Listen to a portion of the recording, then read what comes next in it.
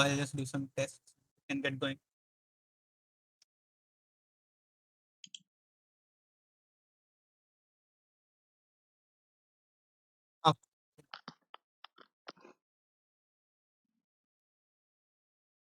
Okay, so I've shared a link in the session chat. So just try to send a message on the link. This basically like goes right into my presentation. So मतलब देखने में easy होगा. I'll start screen sharing as well.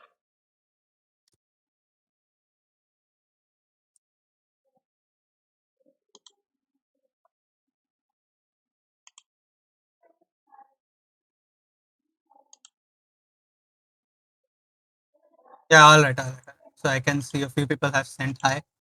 All right, that's great. Okay.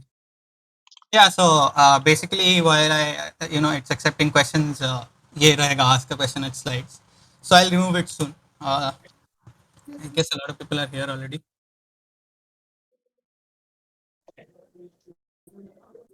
Yeah. Everyone make sure your video is off because अगर video on होता है तो Discord will be limited to 25 people. Yeah. So if you switch on video, then why limit हो जाएगा. So I request everybody to switch off their video. Try to stay muted unless you really want to say something. ये questions वाला मैं रखा हूँ so that everybody can text as they wish. Again, a content related doubt के लिए feel free to text in the link that I've provided in the session chat. And if you have any questions about the session other than the content, just write it in the session chat. Somebody will get to you real soon. Okay, let's begin. Everybody is all right. Just make sure everybody is muted for the time being. If not, Prabhav just mute कर देना if there's any disturbance. Cool. All right. So अभी के लिए it's fine. I'll switch off the questions and we can get started. Okay. So welcome to today's session on Melody to Madness. I hope everybody has a basic idea of what we're going to do. If you don't, that's perfectly fine. I'll go over it right now. So the session will be taken by me, Debangshu, and my friend Shwetab. He'll be taking over next. The session is basically divided into two parts. So the first part is will be taken by me. I will be going over the basics of sort of mixing and editing audio. I won't be going over in extreme detail of how to use everything.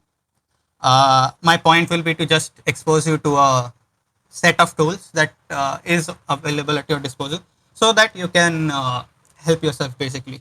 Most of the stuff that I learned is again through Google and YouTube. So मैंने भी कुछ course करके नहीं किया, and whatever materials I had access to, you have access to the same.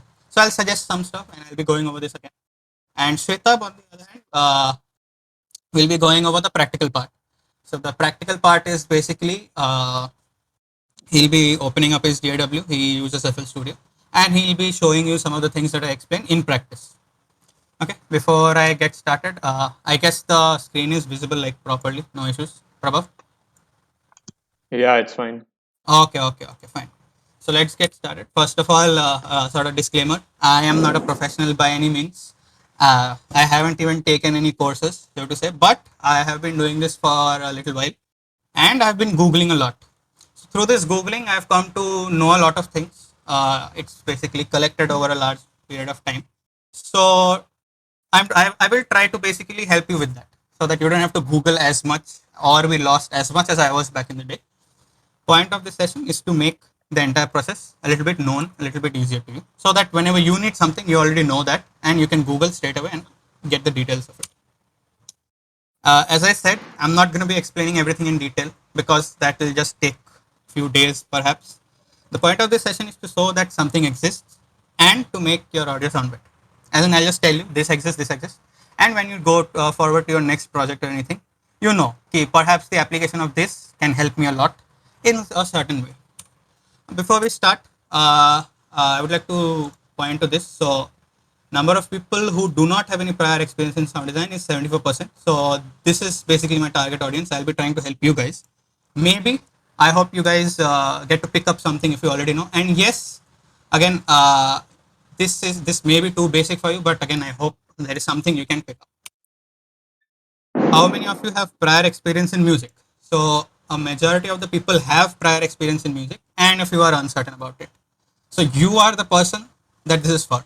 If you know singing, if you know playing guitar, or if you just want to start, editing audio for people because you have a musical background or something, which is what I was. Okay, I started up with guitar, and then I wanted to start editing music because I really liked the art and everything.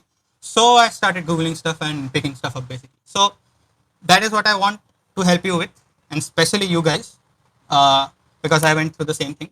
People who already know uh, editing, again, you may pick up some things and some, but I hope you do. And for people who neither knows sound editing or music, I hope you still stay interested because a lot of this will be very editing related. So a lot of references to music and practice will be done. So it may seem a little abstract to you, but it's still very useful. So if you can retain most of these things, that will be very helpful. Okay, let's get started. So I'll start with mixing and mastering, and then we'll get into the plugins later. So what is mixing and mastering? So the process of mixing and mastering is basically the difference between a singer, guitarist, drummer, and bassist, and a band. All right. So you may be thinking, okay, a band does consist of this, but then what am I trying to say? So what I'm trying to say is, so mixing is basically the process of bringing things together. Okay, you have individual instruments, and I'm not just saying. Okay, so and I'm not just saying like only single guitarist, drummer, bassist. For any sort of you know uh, orchestra or group of people trying to do things together, say 5 people singing, whatever. The process of trying to make them sound like one thing, like a song. Whenever you listen to a song and you listen to, say, a band live, unless it's like a very professional band. If you have ever gone to any school band competition or anything, you may have noticed this, that the bands maybe don't sound as good as you may be hearing them on record, or a few bands sound worse live than they sound on recording. So that is the difference that mixing and mastering makes. It makes everything a bit more rounded off, a bit more pleasurable to listen to. Okay, this was said by me, but that doesn't make it any less true. Okay, so what is mixing? Let's get into this one by one. So mixing consists of these stages basically, and we'll be getting into them one by one. Uh, but for now, what I want to say is this is just a checklist of things. Okay, so whenever you have a track ready, say you have recorded some things, you want to first start by preparing those things. And what do I mean by preparing? Preparing as in labeling them, maybe coloring them, uh, maybe renaming stuff, putting markers, and that is not an optional step. All right, that is very important because that's gonna help your productivity by a lot. Otherwise, you're gonna be very slow. Volume balancing, compression, EQ, space, volume automation, effects, and final checks. We will be going through all of these one by one. But basically, after this, what is expected is that a set of instruments, a guitar, a bass, a drum, should sound like one. They should sound like they are in the same space and they're trying to do the same thing. They shouldn't be very separate.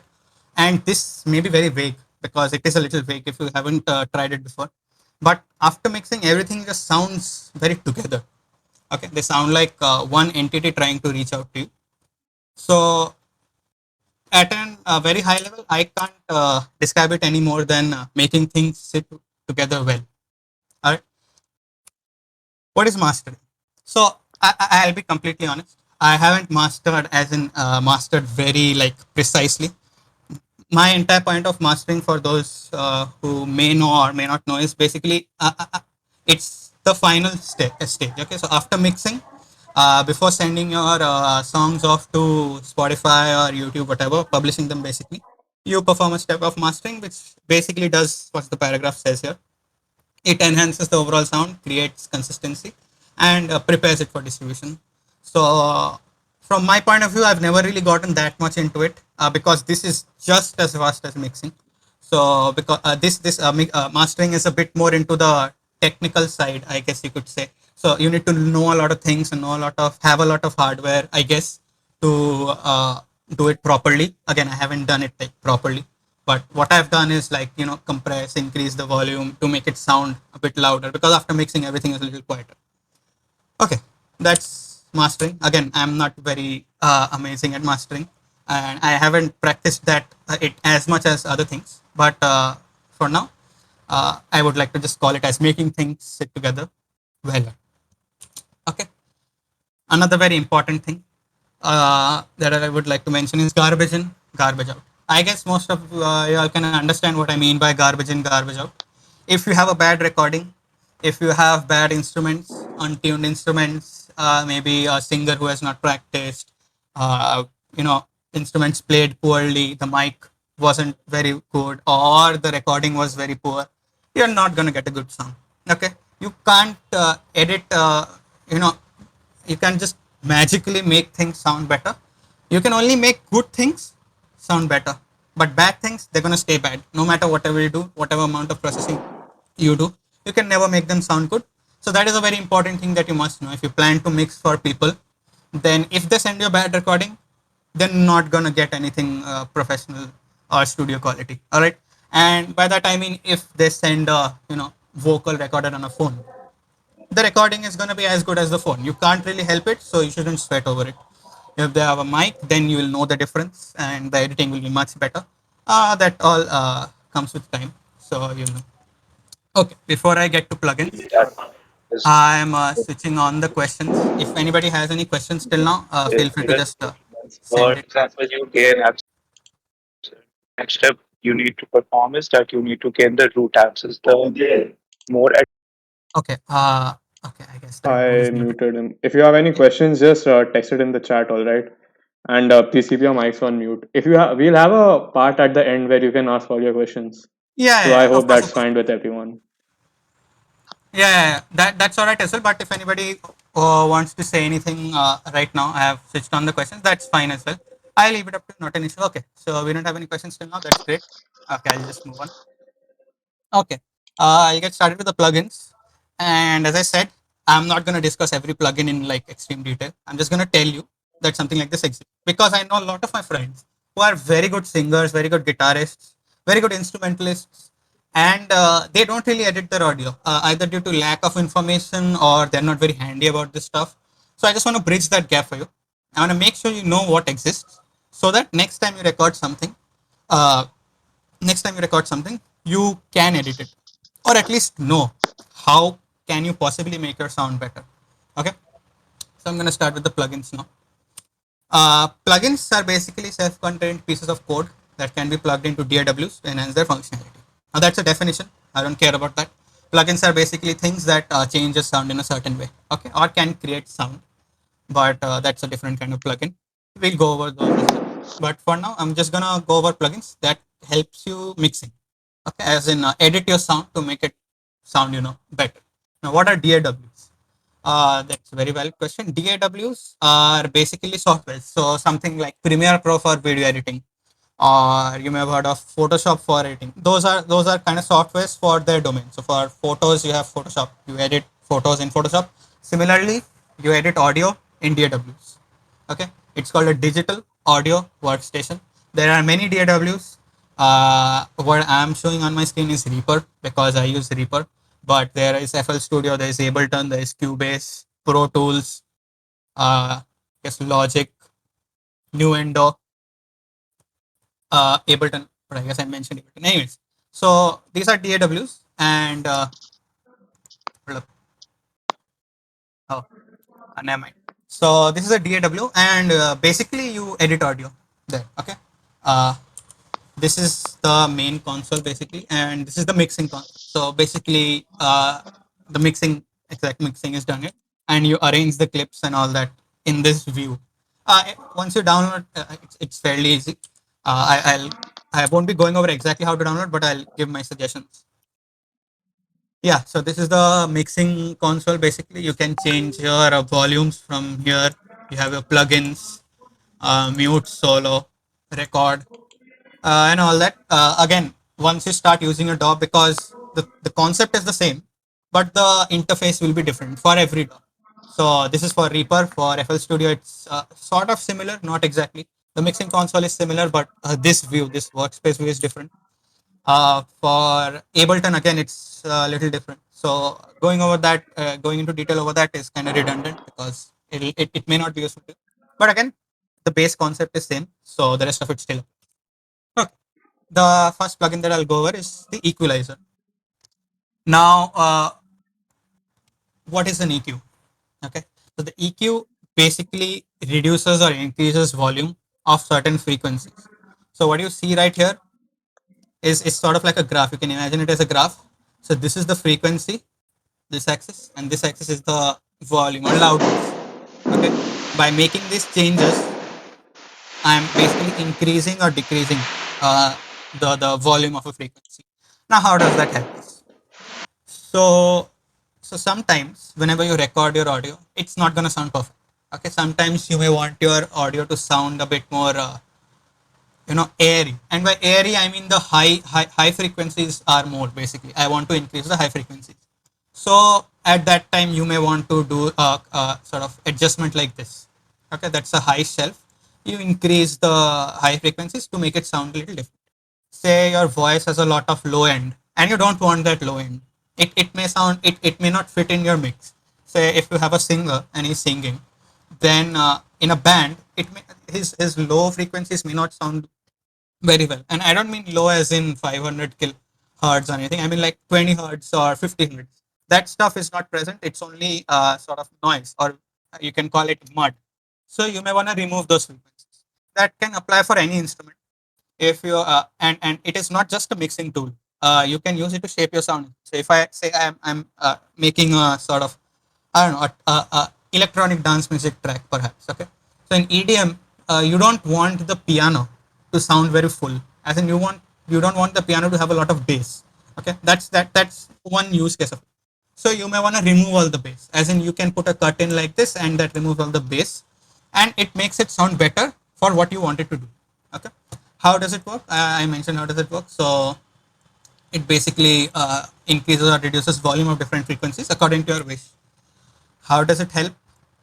It helps by removing certain frequencies or adding frequencies. So sometimes you may want new frequencies. Say I'm singing and I want a lot of highs. Or say, and this is a very common trait, this range around 200 to 500, that always sounds very boxy. As in, if you've ever heard stuff on cheap speakers, say in public functions or anything, they have a lot of mid. Okay, and that makes it sound very harsh. And you may say that it kind of lacks a bit of clarity. So at that point, you may want to reduce. So I'll basically pull down between 200 and 500 to make it sound a certain way. Okay, when to use? Whenever you need to, reduce or increase any frequencies. How to use? I have described right now. So you basically want to pull up and down. A few things that you must know about EQ. These are some of the filters, as we would call it, common names for a few filters. This is the high pass. This is the low pass, band pass, and band stop. So if I was to just show that to you right now. So this is again a band stop. This is a band pass. This is again a band stop. Band stop. This is kind of like a low cut, but not exactly. It's kind of like a shelf. But again, if you were to make a shape like this, so this will be a high pass, or it's also called a low cut because you're cutting away the lows. And on the other hand, you have the low pass, which is, because it is allowing the lows to pass and the highs, they're cutting. So again, high cut or low pass. Okay, so that's an equalizer. Again, I am not going to go and show you an exact EQ. How does it work? Rick is going to be doing that next. And if something still exists, because equalization is like a massive topic, I honestly can't cover that. So you can go to YouTube and just search. I'll give you the presentation. You can have a look at what exactly, because there are thousands of videos. Compressor. This is the next very important tool. And these are the basic tools that you must know. Compressor is basically like a volume knob. Okay, it's like a volume knob that works on your behalf. So say you have this sound. Okay, so these are the peaks. Check it out till the peak of the purple part, not just the white or greenish, whatever that is. So what the compressor is doing is basically, as soon as it goes above this green line, it is just turning down the volume. You could think of it like that. It's basically turning down the volume. So the volume is constant till there is no sound, and suddenly when it exceeds this threshold, it's going down, and then it's again going back up when it reduces. So that is compression. That is how it works. How does it help? Compression being one of the most important tools that you have at your disposal, is used everywhere for various uses. So say I have a vocal, okay, and let's go for a voiceover. You're making a short film and you need a narration basically, and you need it to sound like Morgan Freeman, very deep. So what do? So when you record your voice, it's going to look something like this. Okay, so there are going to be peaks when a person speaks loudly, and there's going to be like very quiet moments. Okay, and usually the bass is not very loud. Bass is going to be very quiet. Okay, so what the compressor is going to do is it's going to bring down these peaks because if you try to increase your volume, it's going to clip as in it's going to distort. It's going to sound bad. It's very unadvisable. So to do that, first you bring these peaks down, which is done after compression, and then you can increase the volume. So what does that do is that basically allows you to increase the volume while not clipping, which in turn helps you get your bass frequencies up. That is one way of using it. Say in kicks, I don't have a kick waveform here, but a kick basically is like this. Okay, so there's a large peak and then it quiets down.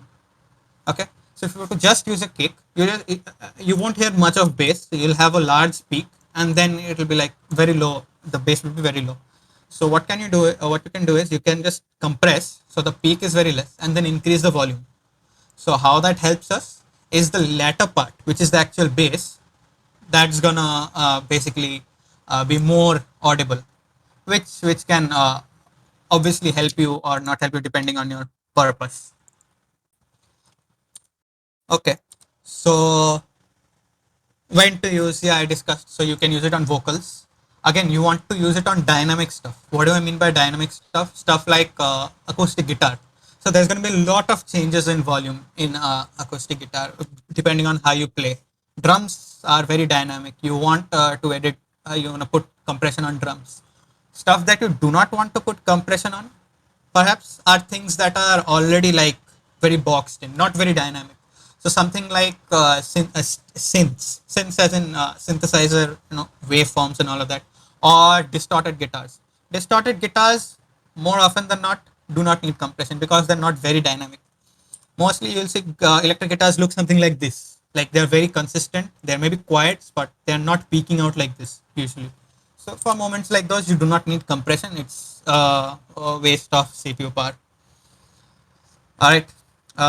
How to use? You just slap it on. You adjust your threshold when you want the compressor to kick in, and the ratio basically explains how much are you going to reduce the volume. So 1:1 is basically for every dB you go overboard, it's going to reduce by 1 dB. Anyways, I'm not going to go over the specifics again.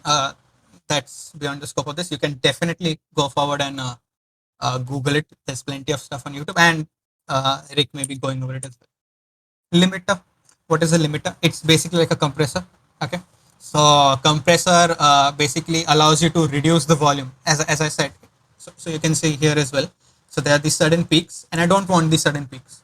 So as soon as it's peaking, it's like sort of ducking the volume down, as we call it. So it's ducking it down constantly as it's increasing the peak. The difference between a limiter and a compressor is a limiter. So there is a set level.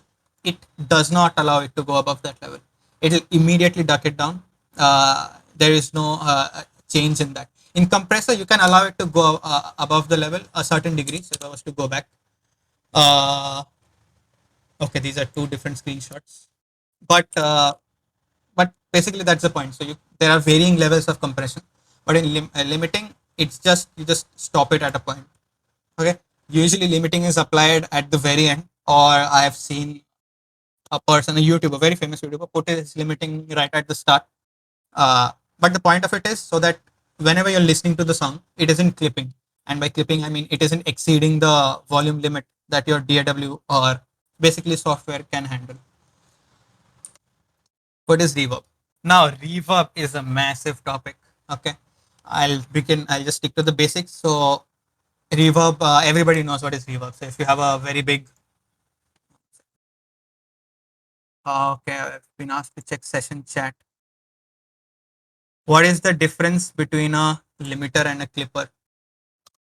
Okay, so I'll be going to clipper next. So, clipper will basically cut the waveform. So, if I was to move on, okay, I'll do what? I'll get back to you when we go back to clipper. Right. But for now, just keep this at the back of your mind. The limiter is basically like a compressor, which suddenly brings down the volume level. Okay, so your waveform is intact. It's just the volume level is much lower. Okay, I'll get back to reverb. Yeah. So about reverb. So reverb, everybody knows if you are in a large hall and you yell, you can hear the reflections of your own voice. If the difference between the reflections is less than, I guess, 1/10 of a second, I guess that was the thing, then you call it reverb. Otherwise, it's delay. Okay. How does it work? I don't know. I mean, it's some plug-in, some coding, some maths behind it, but basically, it sounds like you're in some sort of a room with some sort of a echo slash reverb. How does it help? Now, how does it help? So, reverb is one of the most important tools in mixing. It's kind of like volume, not exactly. So, what happens is if you have no reverb, in a case of a singer, he or she will sound very upfront.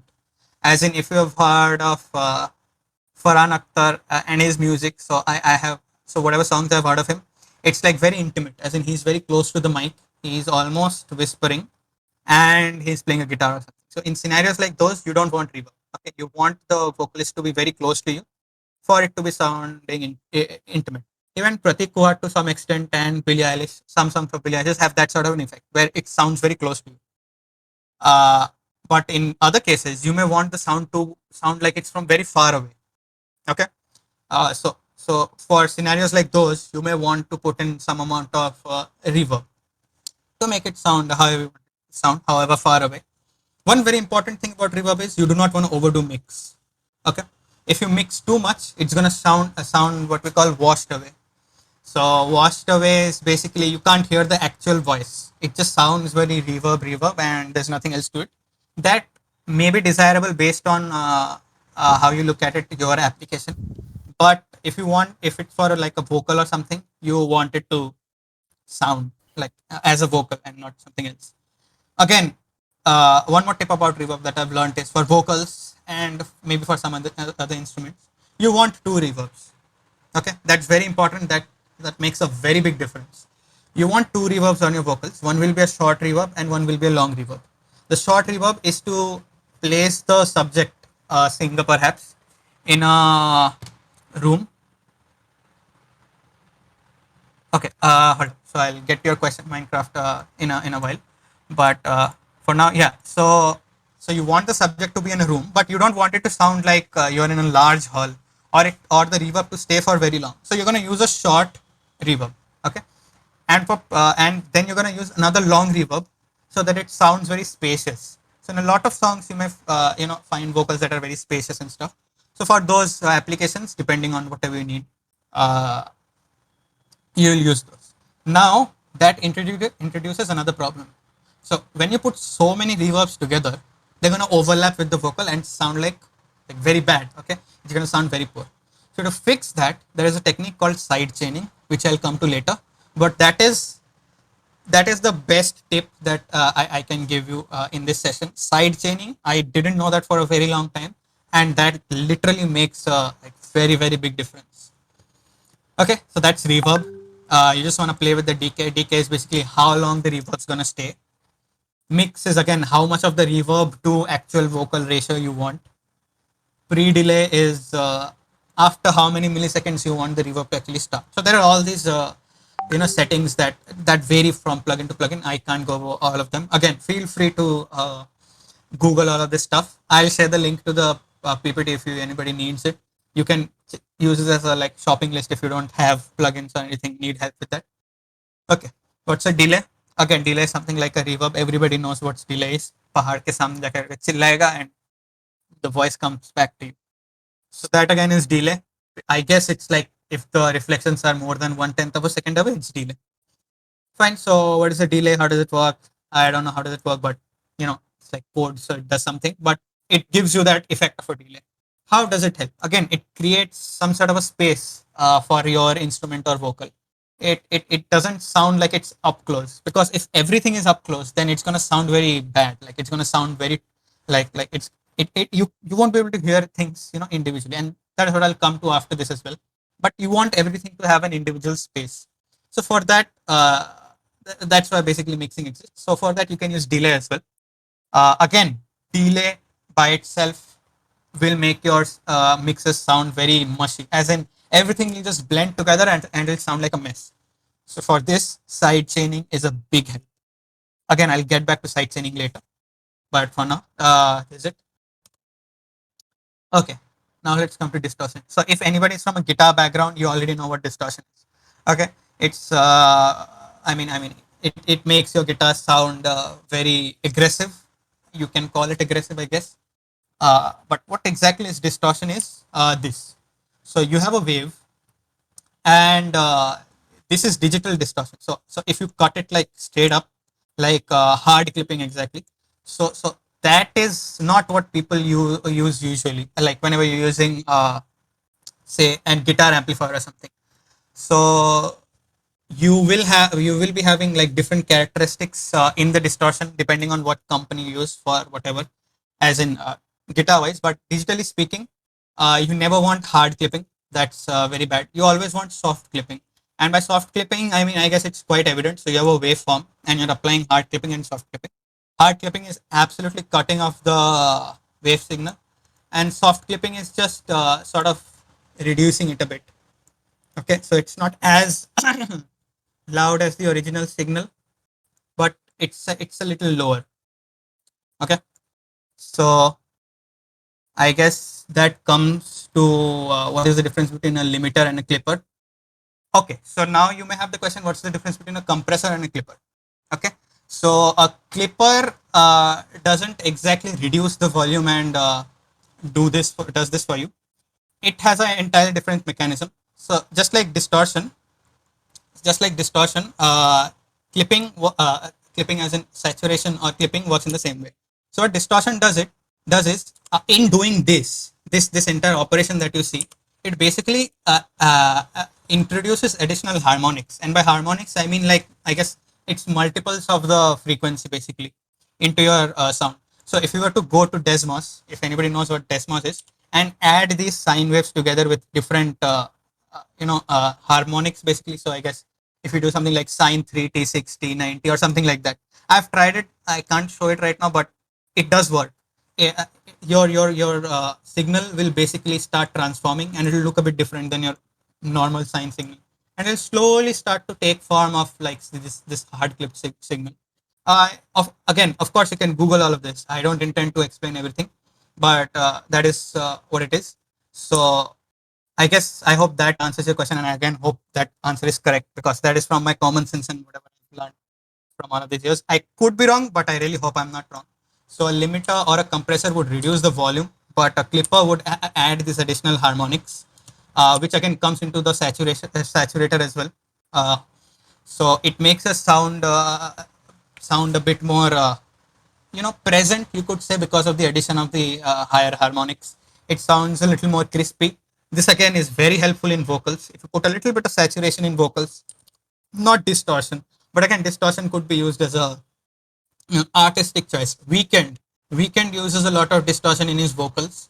You can hear his distorted vocals a little back down from the main vocals, but he does use it. Saturation can be definitely used fairly generously. It makes your vocal sound very sort of, how do I put it, airy again. So it increases the higher harmonics, again making the higher frequencies more. You can use it on, say, hi-hats or something like that. It makes a difference, and if you use it for something that has a lot of bass, it will increase its presence, as in you'll be able to hear it more because of the saturation. Noise gate. Now for all of us out there who do not have proper mics, and that's how I started out as well. I don't have proper mic anyways, but the people who I used to edit audio for, you're gonna have a ton of noise. All right, and there are various ways to remove noise. This is the basic one, noise gate. So how you remove noise by using noise gate is basically there is a sort of limit. So above, say, minus 30 dB or something. So this may be decibels here. So above, say, 35 dB, below 35 dB, everything's going to be cut off, absolutely cut off, and above 35. That's how Discord's noise suppression works as well. So it just removes the noises entirely. You can adjust it using a slider. Again, if you do not have any idea of what this plugin is, like, I don't mean noise gate, I mean precisely what this plugin is, I can give you the PPT. You can just do a reverse Google image and you'll have it right there. Anyways, okay. So yeah, that's basically what a noise gate does. There's a threshold, and under that threshold, everything is absolutely shut off. And as soon as you go above that threshold, it slowly climbs back up. Panning. Panning is again a very basic thing that to use. You can pan left or right, as in the. So how does it work? Is basically you have two earphones, speakers, or whatever. So the sound coming in from the center is basically both of your earphones have the same volume of the whatever you're trying. What panning does is it reduces the volume of one ear, so the other ear is a little louder, and it sounds a bit towards that side. This is how we work in real life as well. So it's fairly intuitive if you think about it. When to use, again, I'll come to that. It's when you want to create space, and how to use is basically uh, you have this dial and you move it, and you just have to know how to do it. As in, for drums there is a specific pattern, but other than that, it's free for all. You can do whatever you want to make your sound a bit wider with panning. Vocalists do this a lot. Charlie Puth. Charlie Puth does this a lot in his vocals, where they'll be like, I don't know, 6, 7 vocals. So there'll be his main vocal, and then there'll be his side vocals, and the side vocals will be panned all around us. So it's basically us only. So whenever he sings with those, it sounds like a large choir is singing, but it's again just him. Yeah, absolutely, absolutely. Panning is also very common in rappers' ad libs. So in ad libs, you auto tune it very heavily. You put a lot of reverb so that it goes very behind you, as in it's not upfront in your face like the rapper's song, and you can pan it as you wish. Thank you for the text, Retroviz. Okay, let's move on to what's the point of all of this. So I've given you a basic set of tools. So why do we need this? It helps you create space. And what I mean by space is, so five say 5 instrumentalists playing together, they're going to be sitting in the same room, and what it's going to do is, whenever you're sitting, it's all going to come to your ear together, so it's going to sound like a mush. What you want to do is you want to make sure useless frequencies do not overlap, because it's all waves. All right. uh, these principles still hold true. If you have a lot of the same frequency going on, it's gonna sound bad. Okay. If you have same frequencies but are opposite, it's gonna cut off. That's called phase cancellation. Again, that's a whole new problem that you may face. But more on this constructive interference part, what I'm trying to say is, if there are 5 vocalists and they're all dead center, all having the same frequency, it's gonna sound bad. You won't be able to distinguish anything. It's gonna sound bad. So you want to use panning, you want to use reverb, you want to use volume. You may want to EQ it differently, compress it a little different. That will allow your listener to be able to distinguish between these sounds, so that two singers sound like two singers. A choir sounds like a choir, as in you want them to sound together, but you want every singer have their own clarity, because 20 to 20,000 hertz is all we have. Okay, this is our canvas. We got to paint on it however we want it to, and it's limited. We can't have too much of anything in one place, because that's again going to clutter things up, and you don't want some things to be very less as well. Okay, so you want to have this entire spectrum, your entire canvas filled as much as you want it to be, and it should be more or less filled. Now, how do you do that? Again, all of it is not mixing. Okay, the choice of instruments, composition, and arrangement matters a lot. And what do I mean by choice of instruments and arrangement? So, like 5 drummers, or say even 3, 4 drummers. 2 drummers is still fine in a live scenario, but say 2 drums playing, simultaneously in a track, is going to be very difficult to work with. It's going to be very difficult to make each drummer sound like his own thing. Okay, if you have like 3, 4 singers. Say you have a singer on a rock song. Okay, so you're gonna have a main singer, and then you're gonna have backup singers. But if they all sing together at a certain phrase, it's not gonna sound good. So then you're again gonna mix them in. Okay, so that's how you're gonna do with backup instruments. Also, I am not sure if anybody has noticed this, but solo guitar is not really a thing. As in, you can play guitar solo, but what is more prevalent than that is, say, a piano playing alone. Okay, I've seen many piano concerts, not live, but yeah, I know of them. Orchestras are very common, bands are very common, but solo instruments, solo guitar, say, or just a solo singer, not very common. Because of this very reason, you want to deliver a rich harmonic instruments. Uh, okay, all right. I'll get you lost repair. Okay, so since you want to deliver a rich harmonic experience to your viewer, you want to know how much of what to put in. Okay, so in a band, it makes perfect sense. You have a guitarist who is going to be covering up the mid frequencies. You have a bassist and a drummer who is going to be covering up the lower frequencies. You have a vocalist who is going to be covering the high to mid frequencies, and you have the hi hats. All right, and you have the hi hats, and if you have any shakers or everything to cover the high frequencies. Okay, so even in an orchestra is made very carefully, as in you have a violin one which plays the high parts of a violin. You have a violin two which is a little lower, and by lower I mean in scale, so in pitch. Then you have a cello, you have a double bass, then you have various other percussion instruments or whatever. But what everybody is trying to do is trying to give you a wide harmonic experience, so that all the frequencies from 20 hertz to 20,000 hertz are filled in adequate amount. Too much of something, bad. You want to mix that. Too less of something, you have to switch up your composition arrangement to make it sound very together. Another thing, humans aren't perfect, and ear fatigue is real.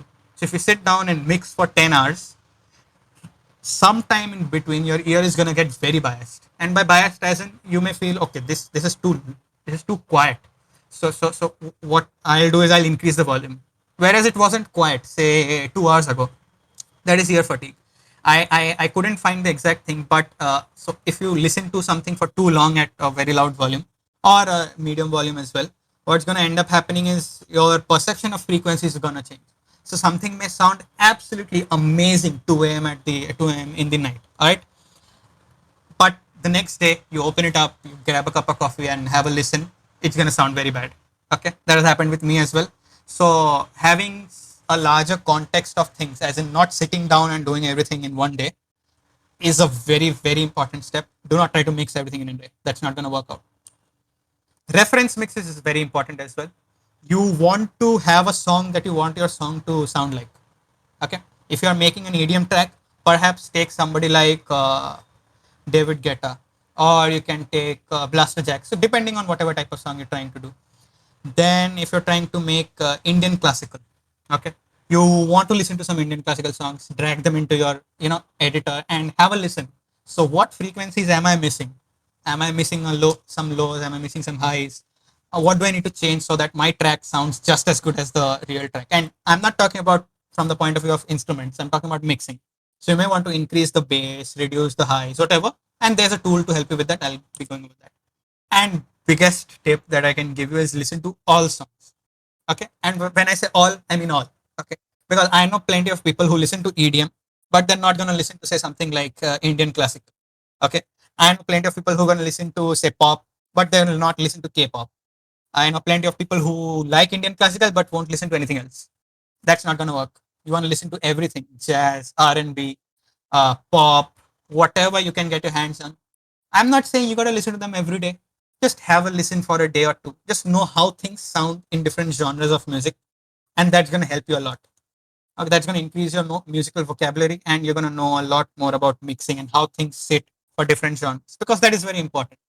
Mixing according to your genre is very important. You don't want your kick to sound as loud as in an EDM track as you may want it in a jazz track, or maybe you in a jazz track you want it to sound less, which is how it is usually, and you want it to be very loud in an EDM track. So if you mix your jazz drums or a rock drums like a EDM drum, that's not going to work. That's going to sound terrible, and it sounds very different. You may have noticed if you have heard these two genres. So that's very important, having the context of genre. Okay, let's go to some intermediate plugins. These won't take long. They are basically applications of the previous plugin. So multiband compressor. A multiband compressor is a compressor which basically can compress various frequencies separately, being the key point. So if I want to reduce the lows, I can separately compress the lows. So why may I want that instead of an equalizer? I can just duck the volume entirely. But that is what I may not want. I may not want no bass. I just may want, okay, in this part, a little less bass would be nice. But doing that manually again takes effort. So, I mean, I can't just put in an automation clip or something and reduce it. So let me just put a multiband compression. One very important use that I can think of is in metal guitar. So if you have metal guitars, and this I picked up from a YouTuber, I have the person in the list as well. You can have a look at it. So so in metal guitars you have chugs. Okay, so chugs is the heavy part where basically you palm mute the thing and play the guitar. So it's hard to describe, but there is something where you may have sudden spikes of certain frequencies, sudden spikes. Okay, for moments like those, you want a multiband compressor. You can compress those parts, separately, and it's going to sound very well. And again, there's an application of multiband compressor coming right up, which is a little more relatable. DS. So in vocals, so you may have what are called sibilants. So sibilants are S sounds. Sibilants, DeEsser, Sat, something like that. Okay, so all these sounds, they rise up very suddenly. Okay, very suddenly, and it is very noticeable. Okay, you don't want that. So you want a DeEsser. A DeEsser is nothing but a multiband compressor which will reduce these frequencies. So these are the high frequencies which usually have the sound very well.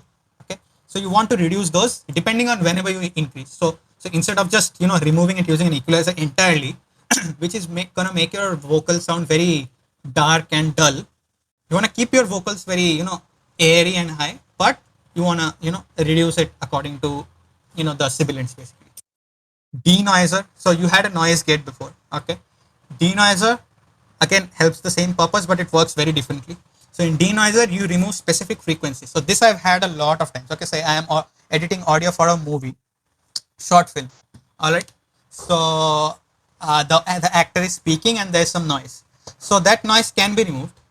But okay, so that noise can be removed, but again, if it overlaps with the actor's voice, you can't remove it, because this plugin, the DeNoiser, works by removing those frequencies entirely. So that is one of the things that I've come to know. This is how it works, and sometimes you can use it, sometimes you cannot, and that is like one of the most important things that you can know across everything, which is what I said earlier as well. If it's bad, it's bad. Garbage in, garbage out. If your actor has recorded their audio poorly or due to circumstances it just can't be done better, it's gone. You can't edit it to make it sound amazing. You can make it sound half okay, but you can't make it sound amazing. Okay, let's go to, can't we just use EQ instead of denoiser? If not, then why? Yeah, you can use EQ instead of a denoiser, but what denoiser does is it finds out the specific frequencies. So I'll tell you what happens. So in this, so you have to acquire noise profile. All right. So after acquiring noise profile, the plugin will by itself identify what frequencies are causing the noise exactly. Okay. And when I say exactly, I mean exactly, not like a human.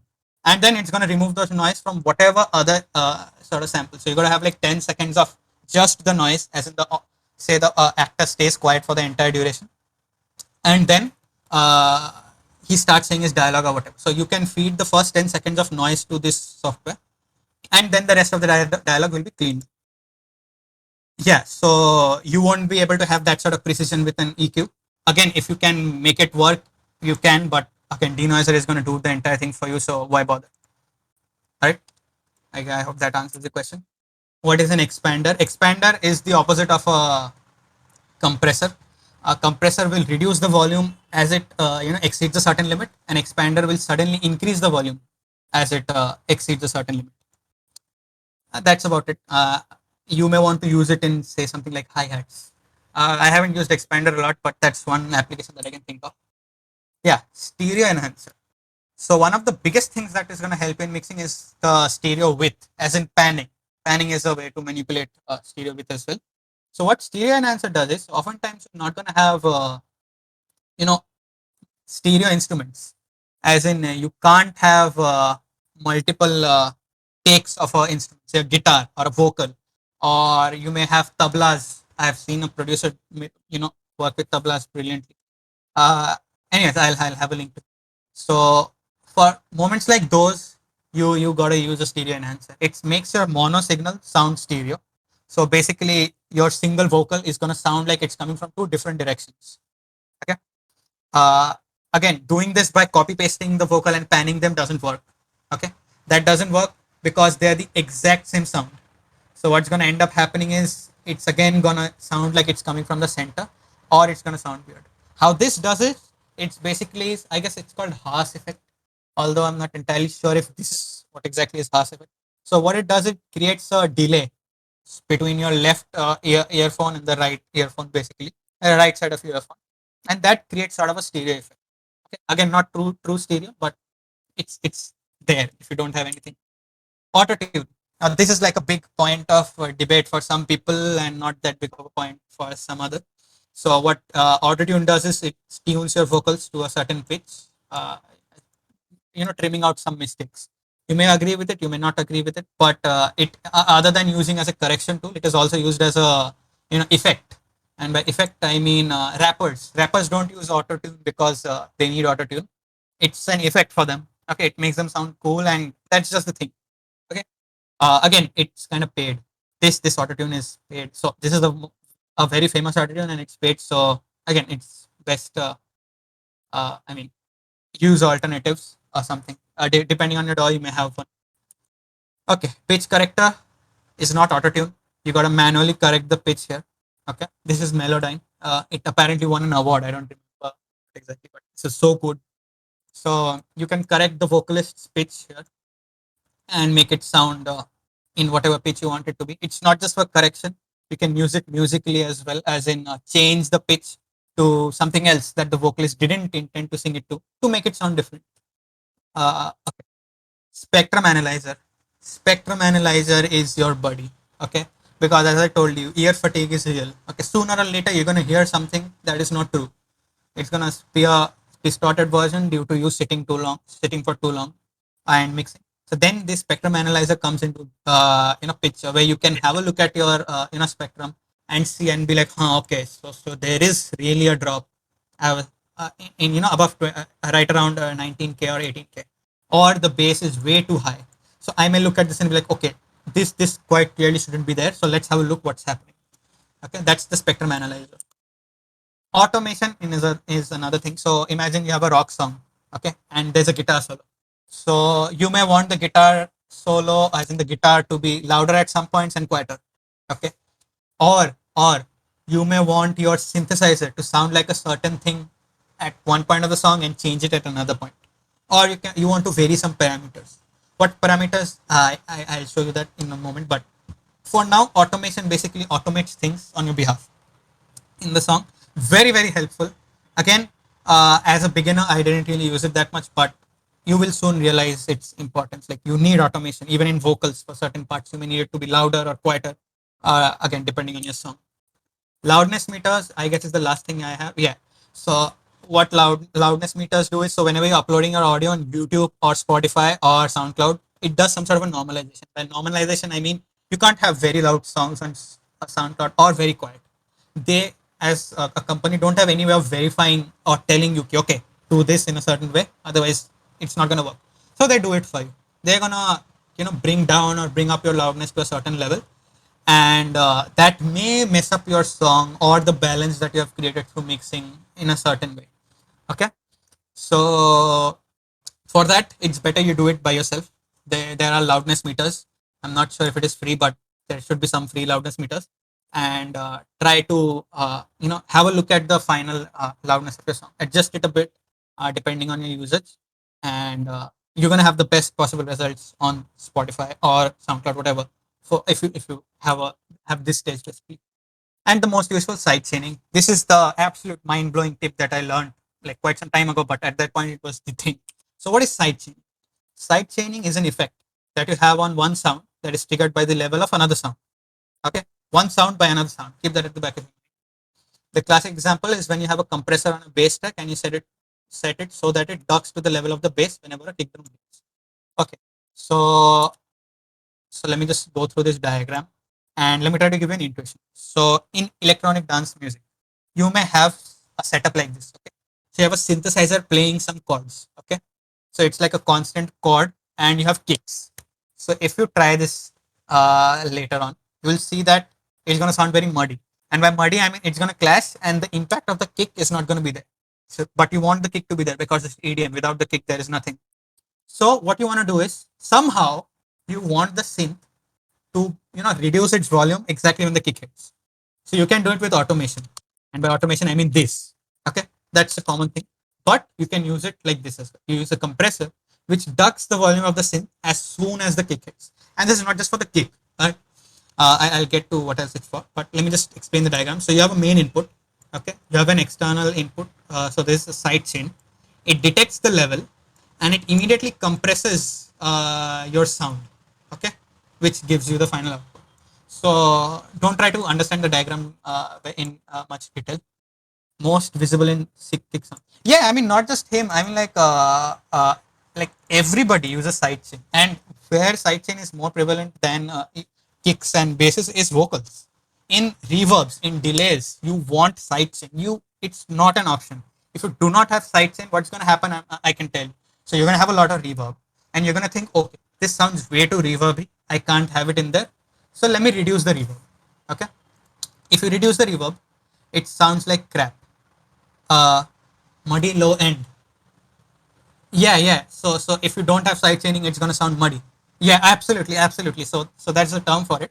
If you do not side chain and many so the synths low end combines with the basses low end, it's gonna sound muddy.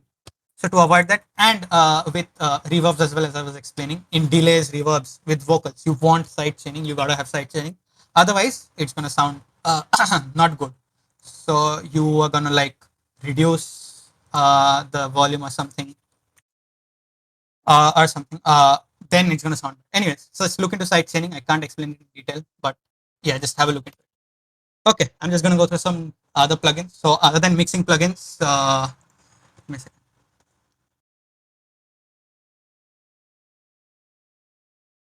Okay, so these are all mixing plugins, but there are other plugins as well which you may need, and I'll just go over them really quickly. So these are synthesizers. Okay, synthesizers basically do what the sound like. They synthesize sounds. Okay, this is a very famous synthesizer. Serum, paid. Omnisphere, famous, paid. So don't use these. I'll suggest some free ones. Uh, whatever. If you listen to any electronic music, they use synthesizers, and now some post-rock bands are also using synthesizers and all these audio effects. Very interesting. Very innovative use of these are possible. Even in film, Hans Zimmer has a synth that he uses. I guess it's called Zebra. That's again paid, but very nice. Anyways, there are again plugins called sample libraries. So somebody mentioned Contact in the chat. I noticed somebody mentioned. Yeah, Vital. So can't we use cracked ones? No comments. So in instruments, so these are plugins which basically create their own sound, but sample libraries have pre-recorded sounds. So you can have something like violins or Hans Zimmer timpani. So there's like a drum. So you can have stuff like these, which are pre-recorded and they sound great. But again, these are like 20 GB, 30 GB. So don't buy. They're like 500 pounds or 600 pounds, or even if you try to download, they're very big. Anyways, this is what I suggest. Okay, this is Spitfire Audio Labs. This is free and this is amazing. Okay, you want to download this. There's a large selection of stuff, and yeah, there's no reason to not have labs. Okay, you have Spitfire BBC Orchestra. That is again, you have to fill out a form or something, and then you can download it. It's amazing. I use it all the time for whatever films I have to provide audio for. Okay, Slate drums, SSD, Steven Slate. I don't remember the exact name, but again, these drums are awesome. I've used them, and they sound great. Again, it's free.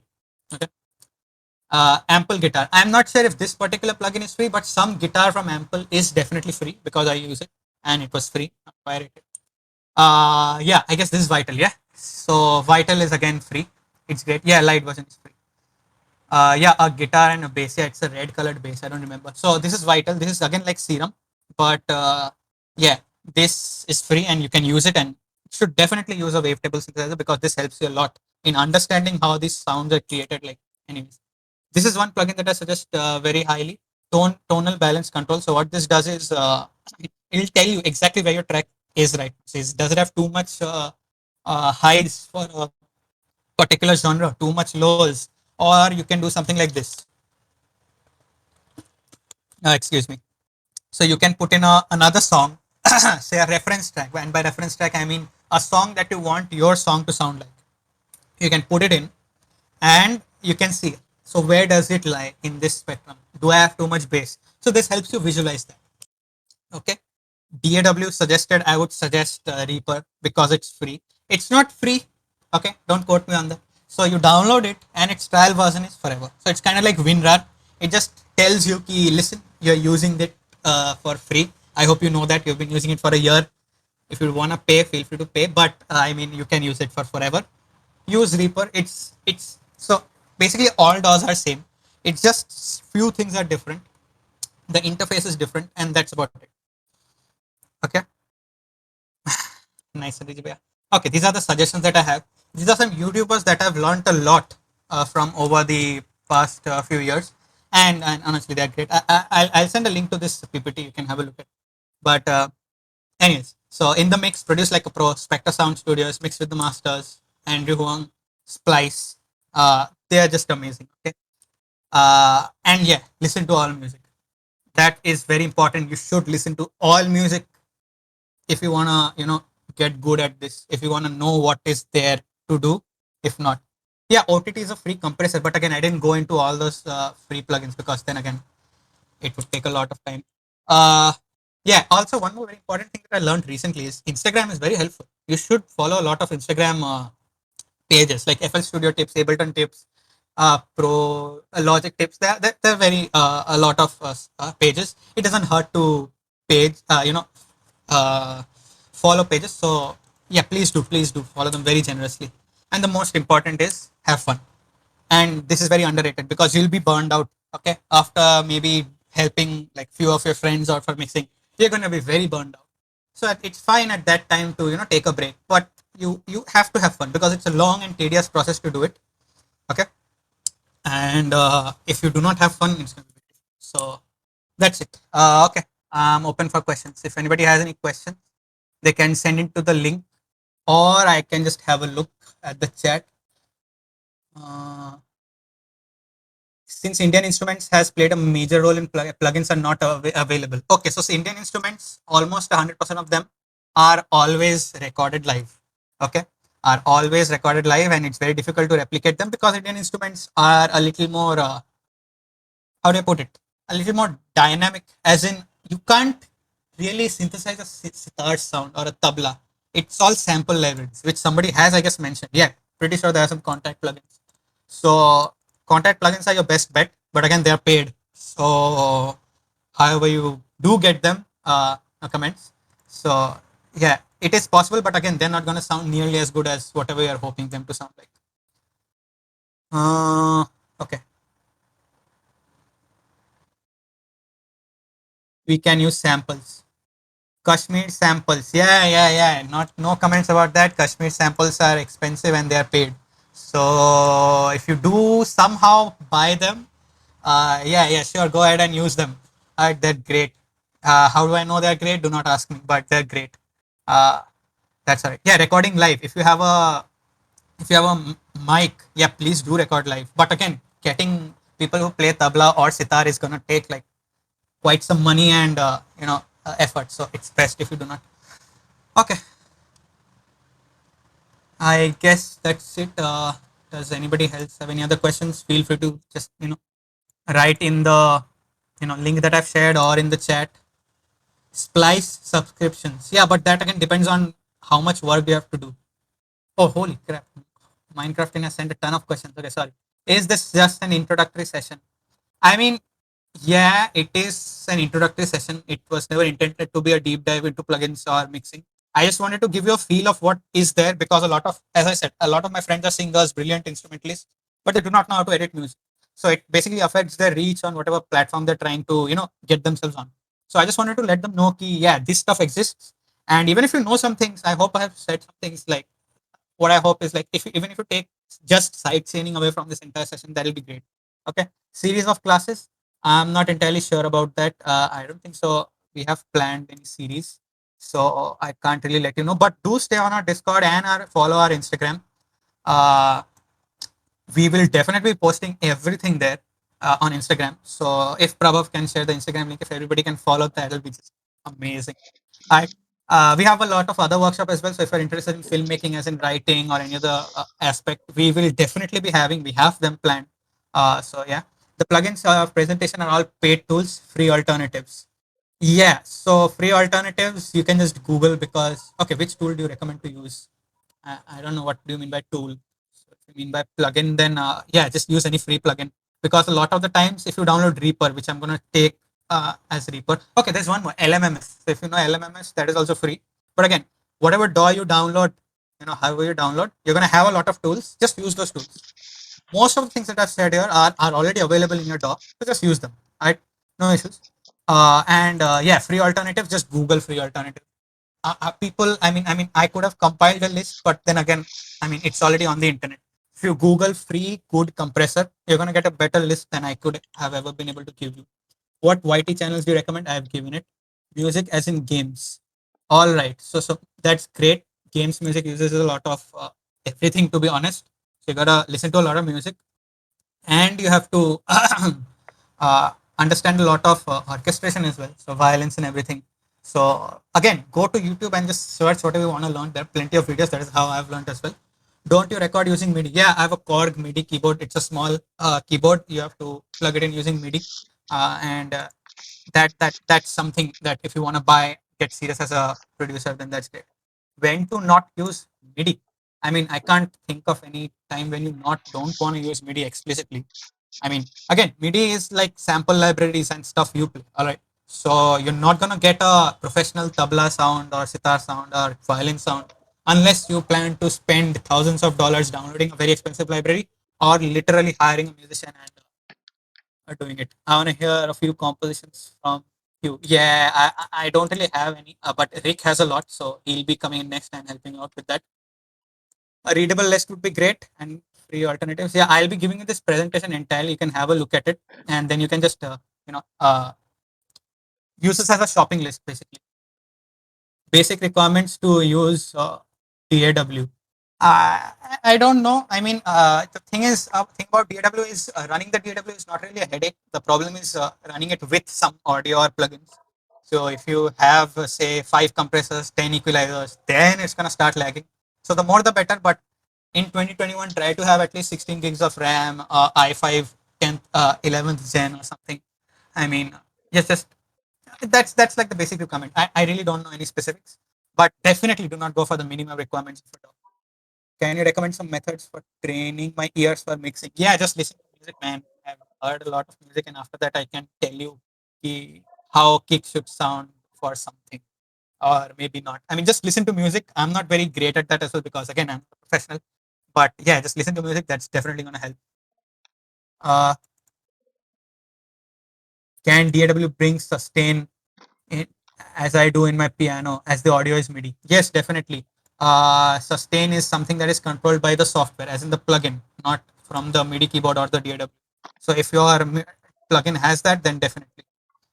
Uh, can I join the sound editing society? I'm not entirely sure if there's a sound editing society.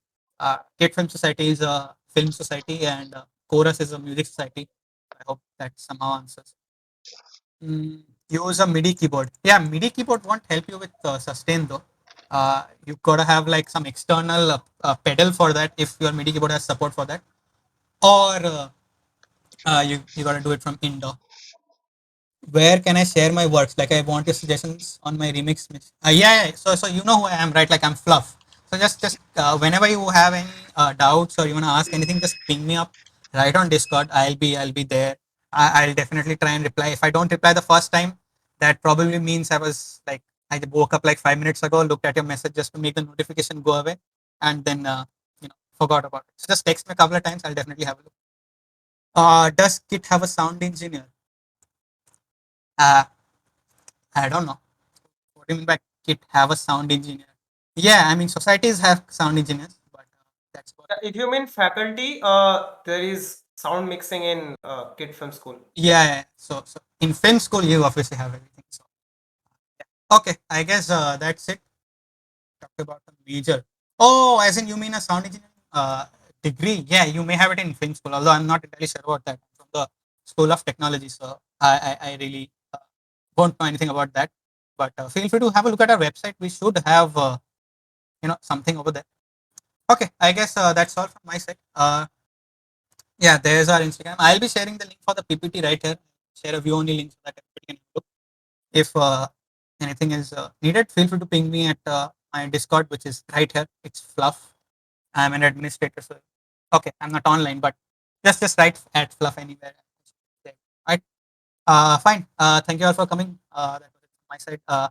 Next, we'll be having Rick explain the practical part of the things. Thank you, everyone.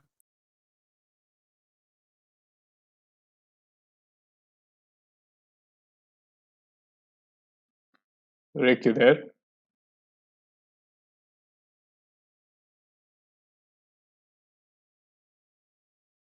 Can you guys hear him? Because he's not audible to me.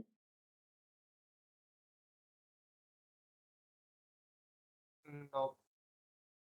Okay, hold on. We'll sort this out.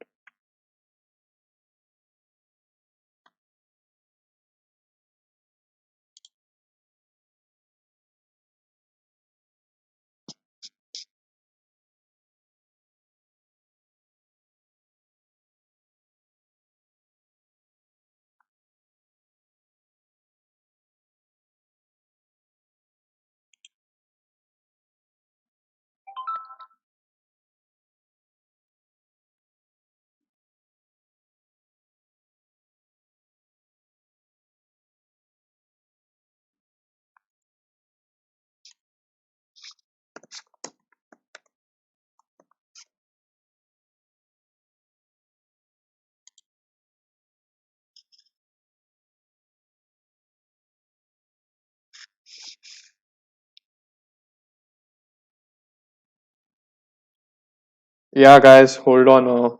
Rick is having some problems with his mic. He's trying to fix it. We'll be back in like 5 minutes, I guess.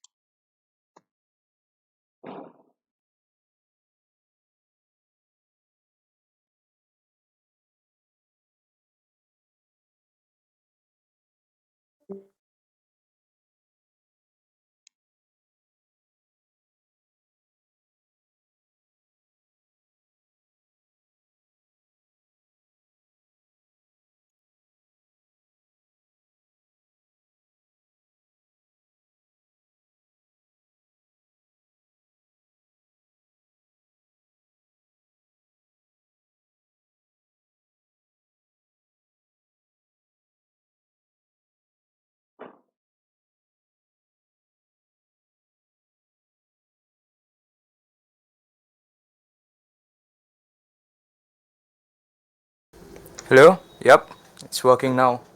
Yeah, you're audible. Yes, I am. Okay, so we shall start soon after I figure some things out. I'm sorry guys for the technical glitch. There were many. This is just the one I've solved. Um okay, so I'm gonna be screen sharing. Now, Debangshu already told you a lot about DAWs and plugins. So before I show you my DAW, I'm gonna be using the FL Studio, by the way, though that's the one I use to make most of my songs and most of my musical projects. I use FL Studio. And the reason I use FL Studio is because it's very standard and it's very easy. It's the user friendly aspect of FL Studio is immense. Like if you're a beginner and you want to learn about making music and mixing stuff and producing, then FL Studio is like quite quite a lot perfect for you. And even the one Devangshu uses. And obviously, if you have money and rich parents, then you can afford Logic and more ones that are or aren't paid. And no comments on that one, like all of us. So yeah, now I'm gonna screen share and show you. Huh. And also the system audio. Oh, by the way, when I'm screen sharing and you're gonna hear the audio in my DAW, you can't hear the panning. So you can't, because Discord is mono, right? So you can't hear left and right separate channels. So you're gonna hear this pretty mono. So don't be mad at me for that. And right here, if you can, since I've just lost everything completely, Prabhav, if you will, confirm that they can see this. You can see this. Yeah, you can see Okay, it. great. So you know how you use Photoshop and the mouse cursor makes pixels? Well, this one makes patterns default, right? So uh, now the mouse here, it's pretty standard. You left click to put things in and you right click to take them out, right?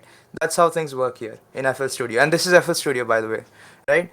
Now, I know for new beginners, this might look very confusing because what is this? Let me hide this right here. What's this whole thing mean, right?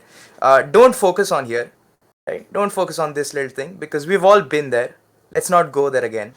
Let's come back up here and down here, right? Not here, not here, not here. Right. I don't know why I'm still here, but don't go here. Okay. So this is the metronome tab, right? I don't know if you can hear this. Wait, why can't I hear it? Yep. One sec. Let me just do that. And now, okay. Could you guys hear that? I'm assuming you could, right?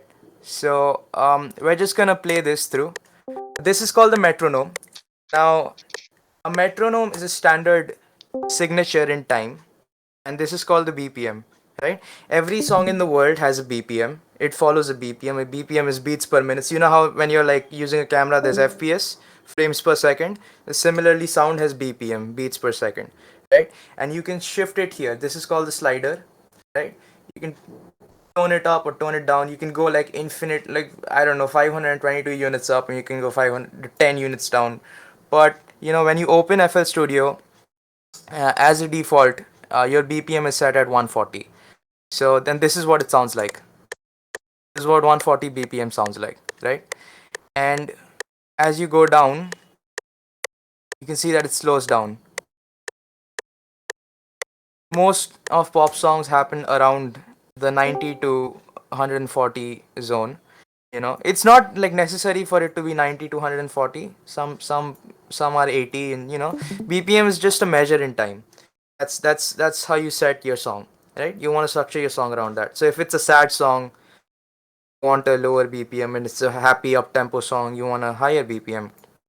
So let's set it at like na tera na mera karke, let's set it at like 100. Okay, and this is what 100 BPM sounds like, and this is 4 by 4. And when I say 4 by 4, it means there's 4 bars. So you can see it resets every 4 bars. 1, 2, 3, 4, reset. 1, 2, 3, 4. What a 3 by 4 BPM does is it resets every 3 bars. So 1, 2, 3, 1, 2, 3. Like that, right? most songs use standard 4x4. If it's like a very jazzy song, or if it's like a very jazz centric song, then it's like 3x4. Again, music production depends entirely on what you're intending to do with it, right? Which brings the distinction between production, mixing, mastering, and sound designing. These four are very different things, right? What I do is I do all of these together because I learned all of these together, right? But these four are very unique tasks that require separate attention. So for example, sound designing is, let's say, this is called the step sequencer, by the way. I went up here and I opened something. I didn't explain that. I'm sorry, it's my bad. You go up here, there's this three lines, and by the way, you can see everything I'm pointing here, right? So if I point to something, you can see it on the left hand side of the box, it changes. So I'm pointing to the step sequencer or the channel rack, as it says here. These are the steps, okay? This forms a pattern. So for example, if I click on these things, this is where I'm programming my kick drums, right? And where did I get my kick drum? You come to the left, there's a huge database of instruments and plugins here. So I go to, under drums, I go to kicks, right? And I select the kick I want. That sounds too flat. That sounds too Nicki Minaj. I don't want that. That sounds, I don't know how that sounds, but I want to experiment with that. So I click it and I drag it right here. That's boom. There I have an instrument right now, and I program it accordingly. I place steps here, and I remove steps the same way. Right click and just erase these things. Left click to add. I add steps, and let's see how it sounds. That's how it sounds, right? It sounds quite basic. You can you can right click and fill 2 steps each, or you can fill 4 steps each. This is how 4 steps sounds. This follows the metronome, right? And then I switch the metronome on. You can hear it following the metronome.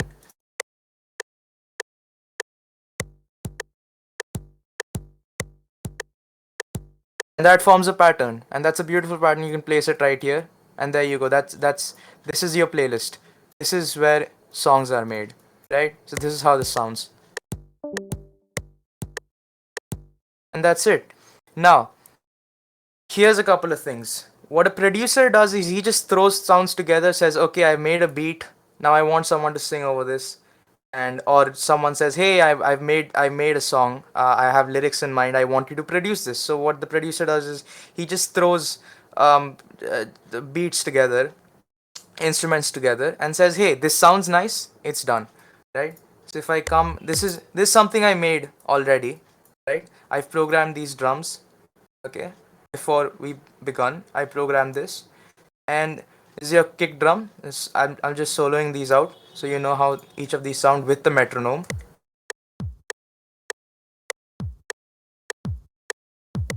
This is the kick drum, right? It repeats every pattern. This is the hi-hat.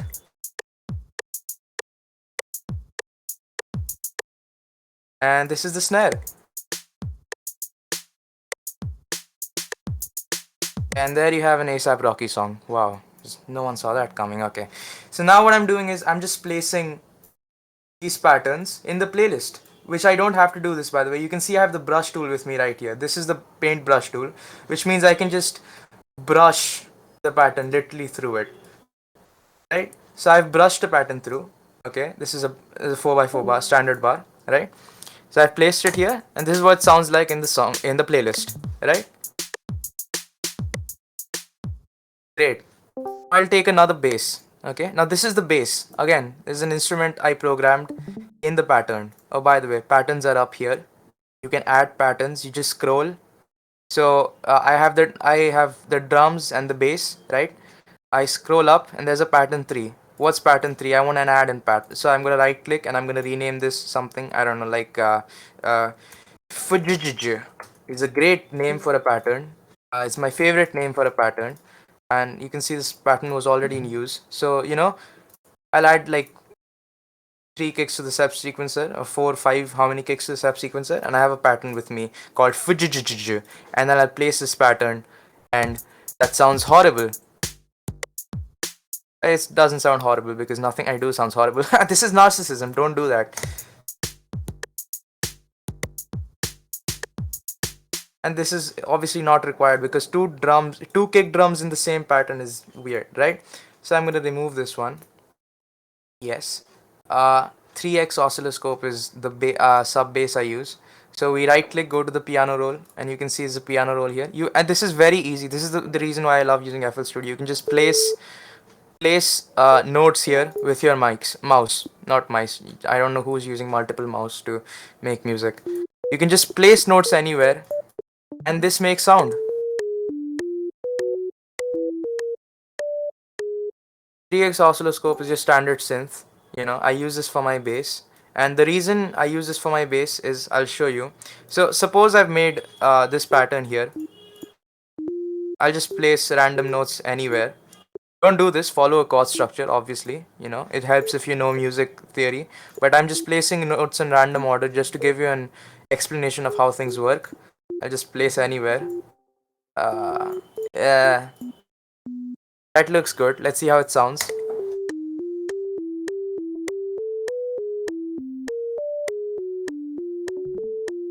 Wow, that sounds so good. Someone should release this. Now, this is a standard sine wave, right? This is how a standard sine wave sounds. This is how it sounds, right? Now, when you take a sine wave down by like 3 octaves, what happens? This changes into a very bassy tone. In musical terms, the frequency goes down, right? And I'll show you that right here. Take that down another octave. Now you have a sub bass with you, right? So we don't need this pattern right now because I've already made a bass pattern right here before we started the session, and this is how that sounds.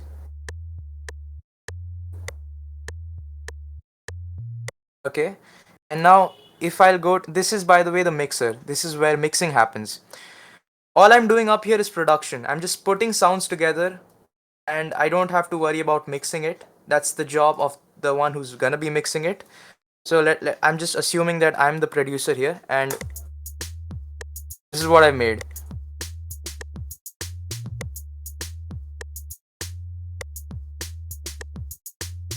This is the most generic drum and bass combo I could come up with, and I've made it, right? My job as a producer is done. Now I could add more things, I could remove more things, but since we're keeping this short and we're keeping this as concise as possible, this is what I made.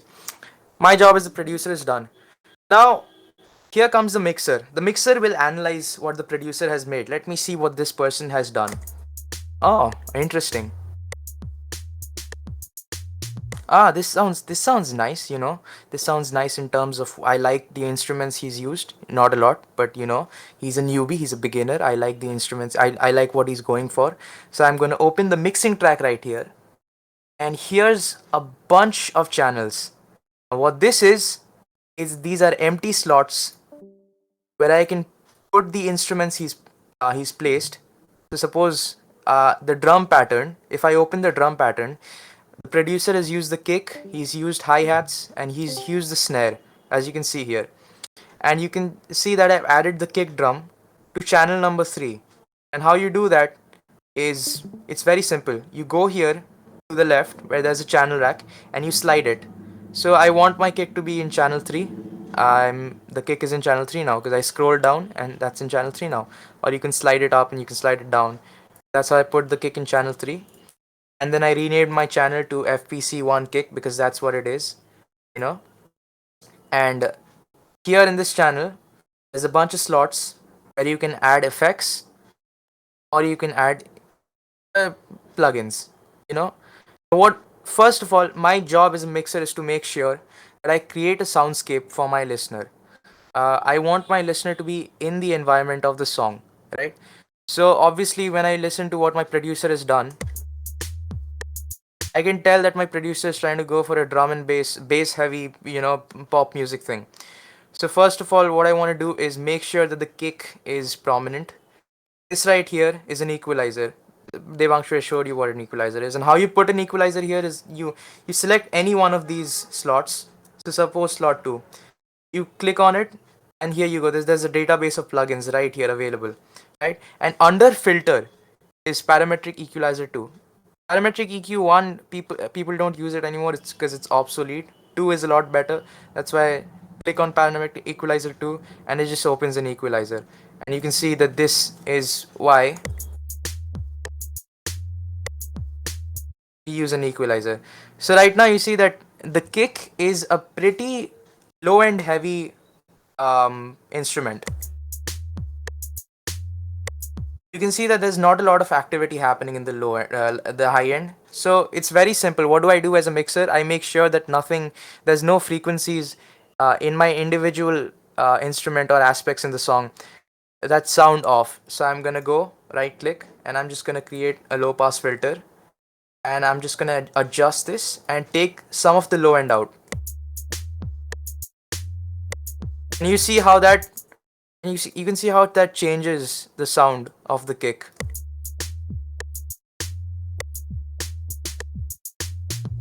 And the job of the mixer is to make sure, like the audio mixer, is to make sure that it's exactly the way you want it to sound, right? So if you want it to sound very raw, then you just leave it as it is, just a slight low pass. But if you want it to sound very boomy, then you bring it closer to the low pass. Sorry, the high end. You cut most of the low end out, right? But in most case, you don't want to do that. But of course, it depends on what the kind of song you're trying to make. So let's say I'm trying to make some, a very boomy. So I set the equalizers there. We don't need this. We didn't do anything with this. So this is the EQ in the kick drums, right? Similarly, we go to the snare. Here's my snare. You can see channel 4. That's where the snare is. And if we go to channel 4, you can see that's where I've programmed my snare. We open the mixer. You can see that snare is mostly high end. So we don't need the low end in the snare. And very conveniently, there's bhashon happening near my home. So if you hear that, please excuse it. So we put a high pass here because we don't need the low end, right? We don't need the rumbly feeling of the snare. You see, there's not a lot of difference because there wasn't any activity happening here in the first place. But you can hear the difference if I bring it here. See how thin that sounds? It's because bass adds vibrance to your sound, right? So you just want to put it somewhere over here. Your job is to get rid of a muddy mix. So any muddiness here, you want to get rid of that. Okay, that's perfect. And similarly, the hi-hats follow a same structure. It's mostly high end. You don't want low end. Sorry, why did I do that? You don't want high end. Put a high pass. Sorry, low end. So put a high pass. And then you bring it somewhere over here because there's not a lot of bass or mid at all in your graph here. So you want to bring that closer to here. Right? That's what I want to do. That's what I did. So now I have a cleaner sounding drum structure. And this is what it sounds like without editing. See how it sounds more aggressive as opposed to if I just put editing in.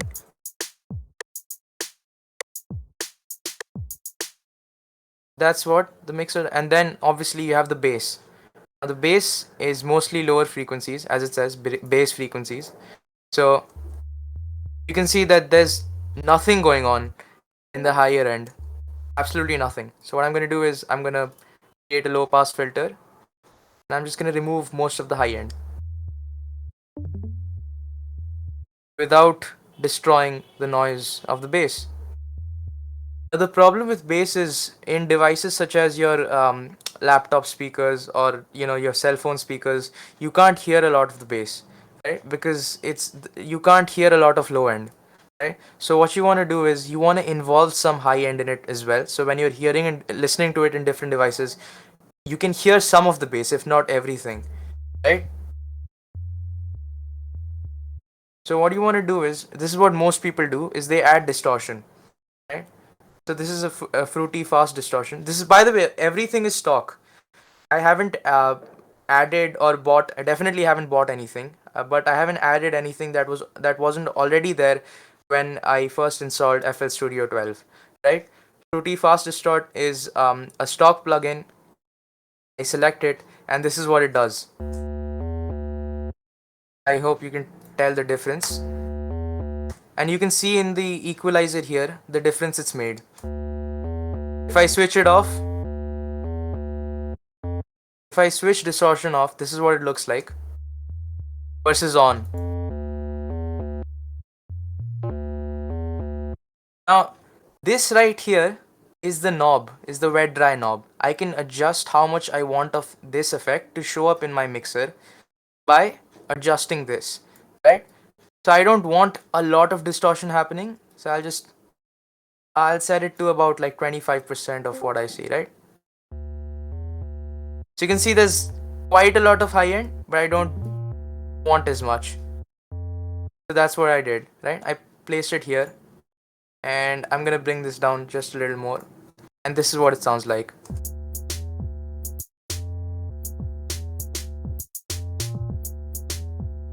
And now you have mixed a track involving only drums and bass, and this is what the mixer does majority. Okay, and now you want, so let's take the snare for example.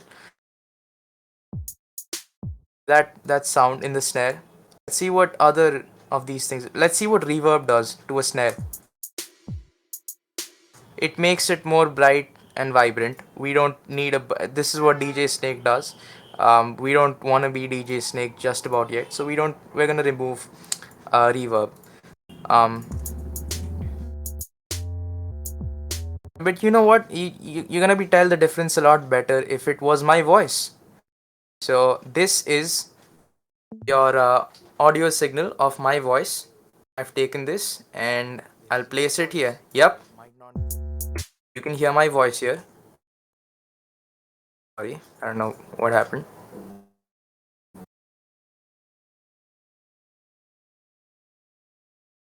Oh, right. Huh.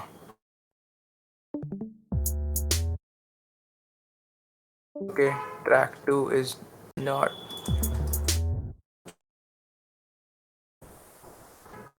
This is my voice. That is my voice. So why can't I hear it? Huh.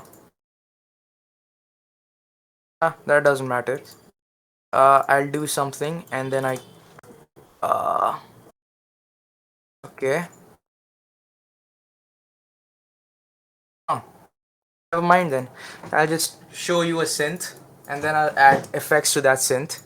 So I've created a new pattern. I've called let me call it synth or swinth, you know, because swinth sounds better than synth.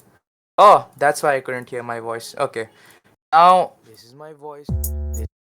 This is my voice. That's my voice. It might not be the greatest voice, but it's the one I was born with, and I have no regrets. Well, I have some regrets, but there's nothing I can do about them, which is why I have some regrets as opposed to no regrets. So you can hear me speaking.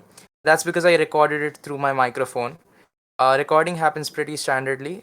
It also depends on the type of system you're using to record.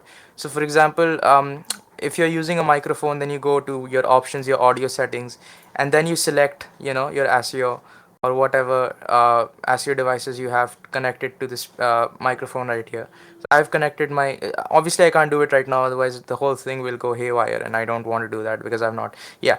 So you connect. I'm not going to explain microphone connections because I'm just here to do the mixing and editing stuff. So you can Google, you search it up on YouTube how to connect your microphone to the DAWs, because that's a very vast topic.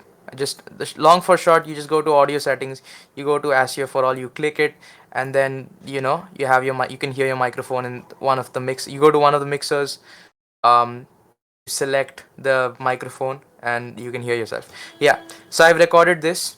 This is my voice using my microphone, and I've sent this to channel 2 in the mixer. This is channel 2 audio. This is my voice. It might not be the greatest voice, but you can see that here it's sending good audio signal. Now here's some things I wanted to explain that Debangshu had already told you about. So he told you about compression, and here is why he told you about compression. I'm using Fruity Limiter, the compression side, because it gives you a graphical representation of how the compression is happening, right? This is my voice. It might not be the greatest voice, but it's the one. So you can see here there's the audio signal here, and you can see there's peaks and there's low points. And the peaks are usually the high ends. And now what we want to do is we want to make sure that my voice sounds as uniform as possible.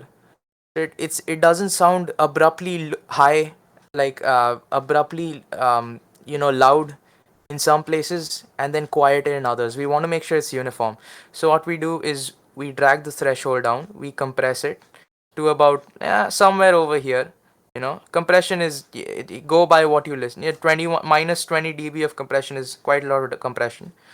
So I've compressed most of it. I'm gonna adjust the ratio of compression like uh, 2.5. You can see it right here in the upper left corner. This is the compression I'm doing, and this is my voice. It might not be the greatest voice, but it's the one I was born with. Even if you can't tell the difference, you can see the difference here, that it's trying to compress these high points, right? And you can adjust how smoothly it compresses it by adjusting the attack and the release. The attack is basically adjusting when the timing it starts the compression, and the release is when it stops compressing the high peaks. So for example, the peak right here, if the attack is set to like zero microseconds, the compression happens exactly at that point where there's like just the peak, right? As opposed to when it's, for example, let's say like 3 microseconds or milliseconds, not microseconds, sorry. Then it happens at a smoother rate, and usually with vocals we want compression to be much smoother. Abrupt compression in vocals it doesn't sound good, and we want release to be somewhere in between, right? This is my voice. It might not be the greatest voice, but it's, and you can tell the difference if I like drive the threshold down. So it's this is my voice. It might not be the great. This is no threshold. This is my voice. It might not be the greatest voice, but it's the one I was born with. And you can see that just tones everything down. The volume's getting real low. That's because I'm compressing most of it, right? I don't want to compress the volume. My goal is to compress the highs in volumes, right? So I'm going to compress somewhere midwhere. This is my voice. It might not be the greatest voice, but it's the. Now from compression, most of the track gets quieter because you've removed most of the the loud sounds out, right? To make up for it, you can boost the gain up. Okay. 3.2 dB is nice. This is my voice. It might not be the greatest voice, but that's compression. You can play around with compression in your vocals, uh, and then you can analyze your the equalization in your vocals. This is my voice. It might not be the greatest voice. You can tell my vocal is a lot of mids and highs. There's not a lot of lows in my vocals. This is my voice. It might not be the greatest voice. And obviously, if there's not a lot of low end frequencies in my vocals, the best thing to do is make sure that I'm removing it entirely, right? So I'm nope, high pass. I put a high pass filter right here, and I remove most of it. This is my voice. It might not be the because if I remove all of it, this is my voice. It might not be the greatest. It sounds like a phone call conversation. This is my voice. It might not be the greatest voice, which is very helpful in terms of audio mixing in movies, right? So if you've recorded something and you're making a movie and you want it to sound like your actor is having a phone call conversation, then you're gonna put a high pass filter. This is my voice. It might not be the greatest voice, so it sounds like there's a phone call going on, and that's a tool people use in many movies. Yeah, this is my voice. But for songs, we want to keep it like this is my voice. It as vibrant as possible, and vibrance means preserving the bass, right? And there wasn't a lot of lower frequency, so I've removed it. This is my voice without having it sound very nasally, and this is my voice. This is my voice. Shrill. Might not be the greatest voice, but it's the one I was born with. So up to here is fine, right? So that's parametric EQ and compression on my voice. Fast distortion. What does distortion do to my voice? This is my voice. It distorts it very well. So we're gonna remove that. Right. We're gonna add. Let's see what reverb does. This is my voice. It sounds more brighter. I can adjust the wet and dry knob here. So if I boost the wet up and take the dry down, you can hear it's a completely washed up noise now. This is my voice. And you can hear it like further away, and it feels awful. Like no one will listen to the lyric. No one could understand the lyrics of your song if your vocals sound like this. This is my voice. It might not be the greatest voice, but it sounds like you're yelling from the back of a really big bathroom. No one wants that. So I'm gonna drive the dry and wet knob down here. This is my voice. It might not be the greatest voice, but it's the one I was born with. And that sounds nice. And again we have 1 second. Uh, let's see what Pitcher does. Pitcher is auto-tune for poor people, right? And this is what I use. So if I change, I've put auto-tune. This is basically auto-tune, right? So if I put auto-tune on my voice and I set it to a certain chord, let's say E minor. I set it to E minor. How will this sound? This is my voice. It might not be the greatest voice, but it's the one I was born with, and I have. This sounds very comical and not nice unless I was singing. Then it would have been nice. Uh, so that's what autotune does. You're aware of what autotune does, right? And you can adjust the speed of autotune. This is my voice. It might not be the greatest voice. So slow autotune is it's not pitch correcting anything fast. So and slow meaning it's not pitch correcting anything at any speed at all, as opposed to fast where it's pitch correcting everything at a high speed. This is my voice. And medium is it's pitch correcting everything at medium speeds. So it's gonna be smoother. This is my voice. It might not be the greatest voice, but it's the one I was. And it would have made sense if I sung something, then you could have seen it work like that. But that's what pitcher does. And then you have other effects. You have your delay here. Your delay is basically like an echo. It adds more sounds. This is my voice. This is my voice. The greatest voice. The greatest voice. So you can tell what it does here. I'm gonna shut that off, or I'm gonna reduce the volume of the delay. And now let's see what it does. And this is I'm adjusting the frequency of the delay. There's the low frequency, the high frequency. I'm brought it somewhere in the middle. And now let's see what it does. This is my voice. It might not be the greatest voice. So you can see how that affects the delay. And the time is the timing of the delay. So if I wanted to, I don't know, somewhere over here, it's gonna be a faster delay. This is my voice. It might not be the greatest voice, but it's the one I was born with, and I have no regret. And this is it sounds like a dream sequence in a serial. Okay, and everything together sounds like this. This is my voice. It might not be the greatest voice, but it's the one I was born with, and I have no regrets. Well, I have. Beautiful song. I wish I had made that song earlier in my career. A career I don't have. So this is how you experiment. I've explained the mixer to you. I've not explained it to you, but I've shown you what these things are. Here's the mixer. Here's your playlist. Here's the step sequencer. Here are your instruments, and here's your database of things to add. Kicks, you've got your kicks, your highs, your cymbals, instruments. You've got your guitar. Let's go to a I don't know. Let's pick a classic acoustic guitar here.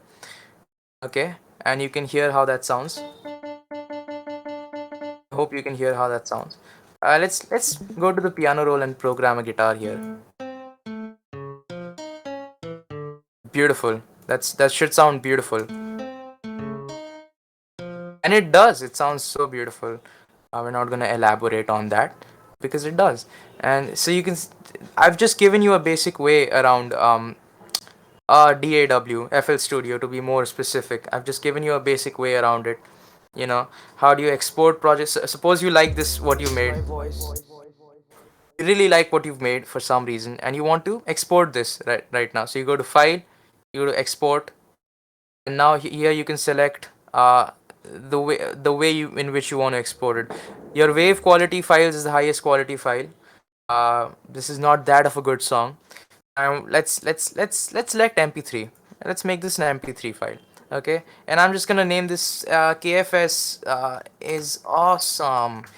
And now I'm gonna save that, and now you can see there's a rendering tab here, and you see there's these modes of in which you're exporting, and I've selected MP3. You know, I'm doing it in 32-bit float. The bitrate is quite high because that's I want a good quality export, and my CPU is strong. So when I start export, it's not gonna take a lot of time, and we have a track. Congratulations, you've just learned how to navigate your way through a DAW.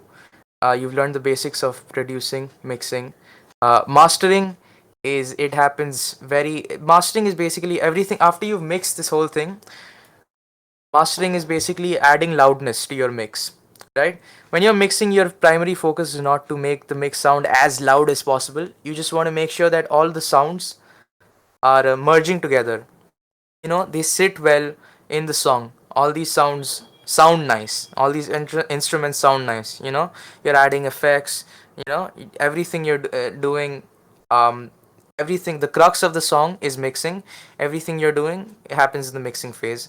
And when songs come out of the mixing phase, when I export something in the mixing phase, it's usually at a lower LUFS. LUFS is your loudness unit. It's at a lower decibel.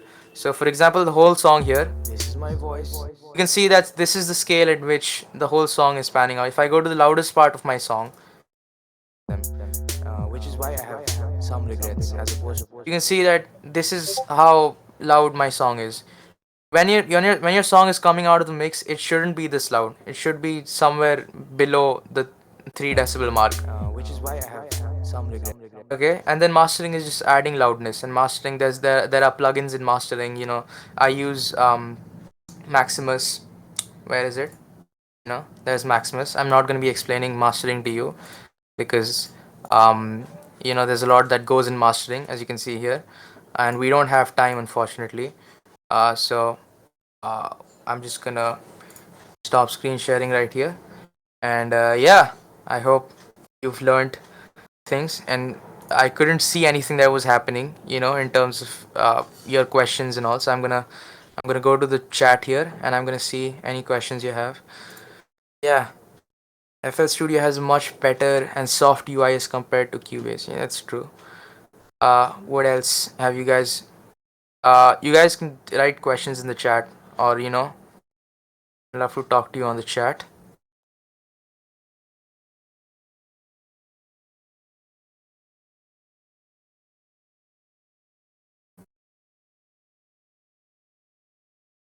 What happens when it moves up and down? Oh, right.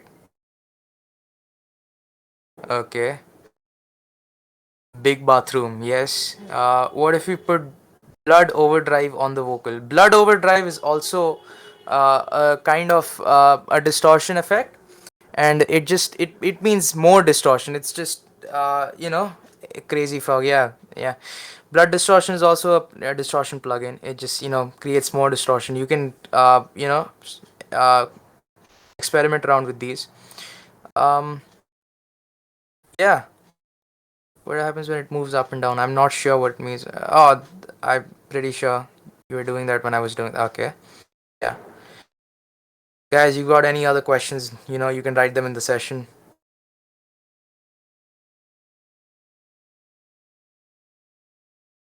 Oh, thanks, Kryux. Nice name.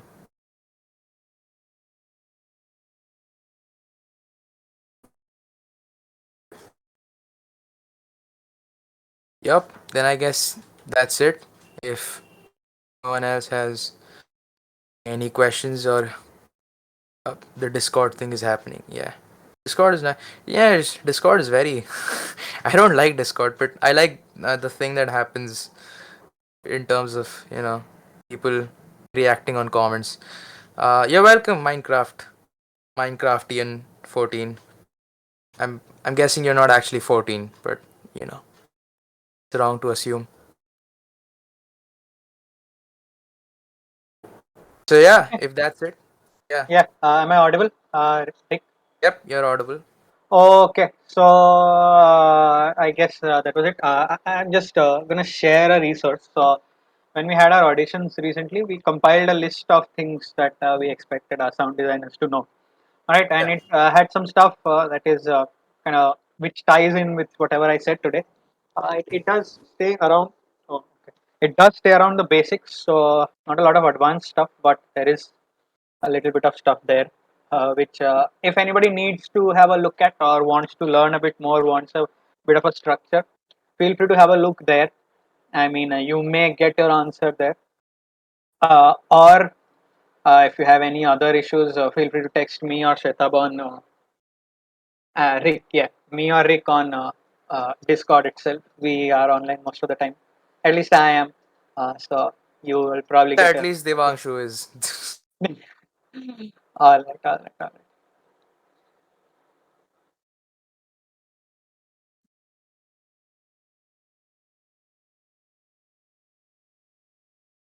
Okay, I guess that's it. Prabhav, I guess that's it, right? Prabhav? Yeah, we are all done. Alright. Anyone has any questions or want to ask anything, like if you want to unmute yourself, you can do that, or else that's it. That's the end of the session. Yeah. Otherwise, feel free to leave the VC. Or don't. If you want to stay, you can stay too. I Yeah. don't mind.